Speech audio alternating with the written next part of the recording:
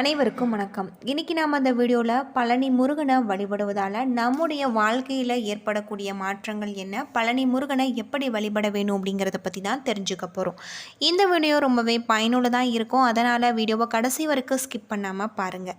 இது வரைக்கும் நம்ம சேனலை நீங்கள் இன்னும் சப்ஸ்கிரைப் பண்ணலைன்னா மறக்காமல் சப்ஸ்கிரைப் பண்ணிவிடுங்க. உங்களுக்கு பழனி முருகன் பிடிக்கும் அப்படின்னா முருகனுக்கு அரோகரா அப்படின்னு சொல்லிட்டு மறக்காமல் கமெண்ட் பண்ணுங்கள். வாங்க வீடியோக்குள்ளே போகலாம். ஆண்டி கோலத்தில் அருள்பாலித்து வருகிறார் பழனி முருகன். அறுபடை வீடுகளில் மூன்றாவது படை வீடாக இருக்கக்கூடிய இந்த கோவில் பல்வேறு சிறப்புகளை கொண்ட ஒரு கோவிலாக அமைஞ்சிருக்கு. இந்த கோவில் மட்டுமல்ல, கோவிலில் சித்தரால் உருவாக்கப்பட்ட நவபாசான முருகன் சிலை பல்வேறு சிறப்பம்சங்களை தன்னகத்தே கொண்டிருக்கு.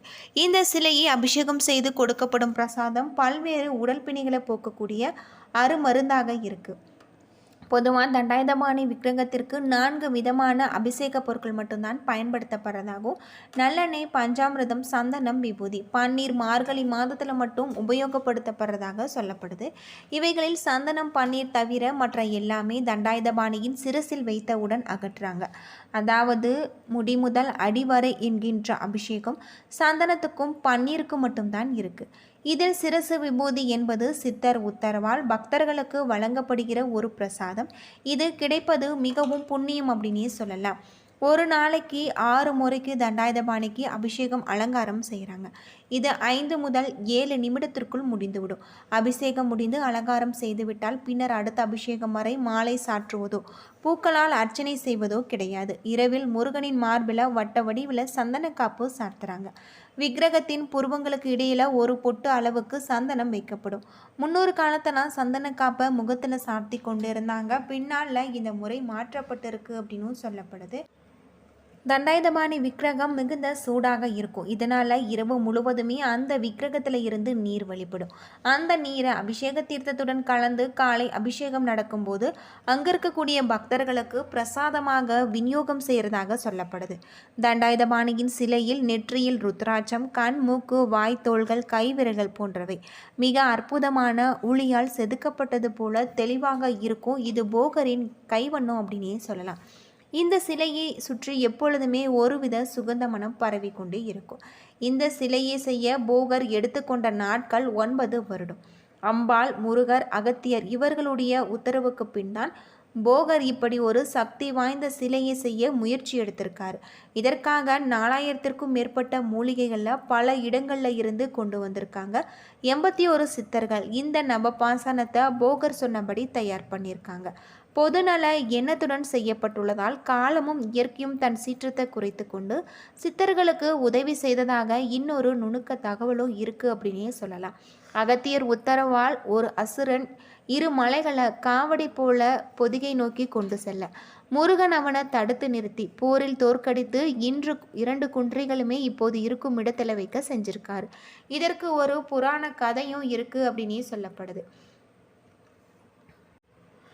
கல்லில் சிலை செய்து பிரதிஷ்டை செஞ்சு கட்டிய எத்தனையோ கோவில்கள் சிதலம் அடைந்த போதிலும் நவபாசானத்தால் சிலை செய்த இந்த கோவில் மேலும் மேலும் மலர்ந்து கொண்டிருப்பதன் காரணம் சித்தர்களின் மகிமை என்பது பலரின் எண்ணமாக இருக்கு. தண்டாயுதபாணி சிலைக்கு இடது பக்கத்தில் ஒரு சிறிய மரகத லிங்கம் இருக்கு. இவரை தரிசிக்க வலது பக்கமாக சென்று தீபம் காட்டுதல் வேண்டும். தீப ஒளி இல்லாமல் இந்த லிங்கத்தை நம்மால் தரிசிக்க முடியாது. பழனியில் 2 மரகத லிங்கம் இருக்குது. ஒன்று முருகன் சன்னதியிலும், இன்னொன்று போகர் சமாதியின் மேல். இந்த 2ஐயுமே போகர் பூஜை செய்ததாக இன்னொரு நுணுக்க தகவலும் இருக்குது அப்படின்னே சொல்லலாம். பல்வேறு சிறப்புகளை கொண்ட ஒரு கோவிலாக பழனிமலை தண்டாயுதபாணி கோவில் அமைஞ்சிருக்கு அப்படின்னே சொல்லலாம். முருகப்பெருமானை வழிபடுவதன் மூலம் நம்முடைய வாழ்க்கையில் இருக்கக்கூடிய அனைத்து விதமான பிரச்சனைகளும் தீரும் அப்படின்னும் சொல்லப்படுது. திருவண்ணாமலை கிரிவலம் எத்தனை சிறப்பு மிக்கதோ அத்தனை சிறப்புகளும் இங்கு உண்டு. குறிப்பாக அக்னி நட்சத்திர காலங்களில் இங்கு கிரிவலம் செய்வது சிறப்புக்குரிய ஒன்று. அது தவிர எல்லா நாட்களிலுமே கோவிலுக்கு வரக்கூடிய ஆயிரக்கணக்கான பக்தர்கள் கிரிவலம் சுற்றிவிட்டு படியேறுவாங்க. 450 மீட்டர் உயரத்தில் இருக்கக்கூடிய மலை கோவிலுக்கு 690 படிகள் கடந்து செல்ல வேண்டும். இது தவிர யானை பாதை என்னும் படியில்லாத வழியும் உண்டு. மலையே மருந்தாக அமைந்த மலை பழனிக்கு திரு ஆவினங்குடி, தென்பொதிகை என புராண பெயர்களும் உண்டு. பழனி மலையில் முருகன் கோவில் கொண்டிருக்கக்கூடிய கருவறையில் பழனி ஆண்டவர் வீற்றிருக்கக்கூடிய அறையில் ஒரு சிறிய பெட்டி இருக்குது. இந்த பெட்டியில் ஸ்படிகலிங்க ரூபத்தில் சிவபெருமானும் உமாதேவியும் இருக்கிறதாகும். இவர்களை பழனி ஆண்டவர் பூஜிப்பதாக ஐதீகமாக சொல்லப்படுது. தண்டாயுதபாணி விக்கிரகத்திற்கு 4 விதமான அபிஷேக பொருட்கள் மட்டும் பயன்படுத்தப்படுவது மிகவும் சிறப்புக்குரிய ஒன்று அப்படின்னே சொல்லலாம். இந்த கோவில் 2000 ஆண்டுகள் பழமை வாய்ந்த மிகவும் பிரசித்தி பெற்றது. இந்த தலத்தின் மூலவர் நம்ம பாசானத்தால் ஆனவர். போகர் என்ற சித்தர் இந்த தலத்தின் மூலவரை பிரதிஷ்டை செஞ்சுருக்காங்க. அது மட்டும் இல்லாமல் நாரதர் கொடுத்த கனியை தனக்கு தராததால் கோவித்து கொண்டு மலையில் தங்கி விட்டுருக்காது. சமாதானம் செய்ய அம்பிகை பின்தொடர்ந்து வந்திருக்காங்க. சிவனும் அவளை பின்தொடர்ந்திருக்காரு. முருகன் இந்த தலத்தில் நின்றிருக்காரு. அம்பிகை இங்கு மகனை சமாதானம் செஞ்சுருக்காங்க. ஆனால் முருகன் விடாபடியாக இங்கேயே இருக்க விரும்புவதாக சொல்லி தங்கி விட்டுருக்காரு. பிற்காலத்தில் இந்த இடத்துல முருகனுக்கு கோவில் எழுப்பப்பட்டது. சுவாமி குழந்தை வடிவமாக நின்றதால் குழந்தை வேலாயுதர் என பெயர் பெற்றிருக்காங்க. பழத்தின் காரணத்தால் முருகன் கோவித்து வந்தபோது அவரை கண்ட ஔவையார் பழனி என்று ஆறுதல் வார்த்தைகள் கூறியிருக்காங்க. முருகன் முதல்ல கோவித்து வந்த நின்ற தலம் என்பதால் மலை அடிவாரத்தில் இருக்கக்கூடிய திரு ஆவினங்குடி தலமே 3வது படைவீடாக இருக்கு. இங்கு முருகன் மயில் மீது அமர்ந்த கோலத்தில் காட்சி தராங்க. முருகன் குழந்தை வடிவமாக இருப்பதால் இவருடன் வள்ளி தெய்வானை இல்லை.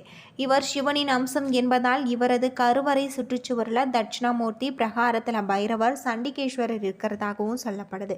பழனிக்கு செல்பவர்கள் முதல்ல இங்கு இருக்கக்கூடிய 4 கிலோமீட்டர் தூரத்தில் உள்ள பெரு ஆவுடையாரை தரிசித்துவிட்டு பின்பு பெரிய நாயகம், அடுத்து மலை அடிவாரத்தில் இருக்கக்கூடிய திரு ஆவினங்குடி குழந்தை வேலாயுதரையும் வணங்க வேண்டும். அதன் பின்பு மலை கோவிலில் தண்டாயுதபாணியை வணங்க வேண்டும் என்பது ஐதீகமாக சொல்லப்படுது.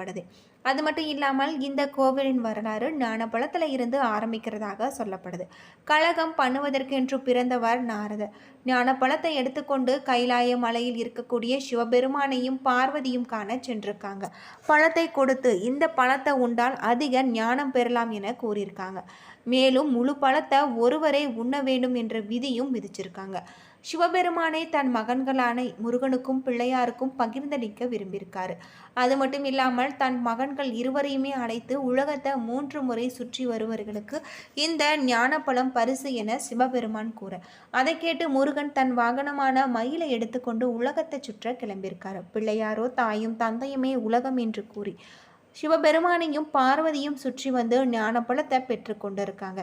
உலகத்தை சுற்றி வந்து ஞானப்பழத்தை கேட்ட முருகன் நடந்தது அறிந்து கோபமுற்று இந்த பழனி மலையில் தங்கி விட்டிருக்காரு. சிவனும் பார்வதியும் இங்கு முருகனை சமாதானப்படுத்தியிருக்காங்க. ஞானப்பழமான உனக்கு எதற்கு இன்னொரு பழம் என கூறி சமாதானம் செஞ்சிருக்காங்க. முருகனை பழனி என்றதால் இந்த இடம் பழனி என பெயர் வர காரணமாக இருந்திருக்கு. மலை அடிவாரத்தில் இருக்கக்கூடிய திரு ஆவினங்குடி குழந்தை வேலாயுத சுவாமி கோவிலும் இருக்கு. இந்த கோவிலில் 60 வீடுகளில் 3வது படை வீடாக இருக்கு. இதற்கு இன்னொரு கதையும் இருக்கு. அகத்தியர் மாமுனிவர் தன் இருப்பிடத்திற்கு சிவகிரி, சக்திகிரி என 2 மலைகளுமே எடுத்து செல்ல விரும்பியிருக்காரு. தன்னுடைய சேவகனான இடுமனிடம் இந்த மலைகளை தூக்கி வர சொல்லியிருக்காரு. அவனும் காவடி போல 2 மலைகளை கம்பில் கட்டி தோளில் சுமந்து சென்றிருக்கான். செல்லும் மலையில் தூக்க முடியாமல் சோர்வுற்று மலையை கீழே வச்சிருக்காங்க. அந்த சமயம் பார்த்து முருகன் ஞானப்பழம் கிடைக்காத கோபத்தில் சிவகிரி மலையின் மீது ஏறி இடுமனால் மலையை தூக்க முடியவில்லை. கோபமுற்ற முருகன் இடுமனை அழிக்க இடுமன் இருந்திருக்கான். பின்னர் இடுமனை தன் பக்தனாக ஏற்றுக்கொண்டதற்காகவும் சொல்லப்படுது. இடுமனை போல காவடி சுமந்து தன்னை வழிபடுவர்களுக்கு சகல சௌபாக்கியங்களும் உண்டாகும் என்பதும் ஐதீகமாக இருக்கு. இன்றுமே மலை ஏறும் வழியில் இடுமனுக்கு கோவில் இருக்கிறதாக சொல்லப்படுது. இப்படி பல்வேறு சிறப்புகளை கொண்ட ஒரு கோவிலாக தான் பழனிமலை தண்டாயுதபாணி திருக்கோவில் அமைஞ்சிருக்கு அப்படின்னே சொல்லலாம். என்ன நண்பர்களே, இந்த வீடியோ உங்களுக்கு பயனுள்ள தகவலை தந்திருக்கும்னு நினைக்கிறேன். வீடியோ பிடிச்சிருந்தா லைக் பண்ணுங்கள், ஷேர் பண்ணுங்கள், கமெண்ட் பண்ணுங்கள். இதுபோல் தகவலை தெரிஞ்சுக்க நம்ம சேனலை மறக்காமல் சப்ஸ்கிரைப் பண்ணிவிடுங்க. நன்றி நண்பர்களே.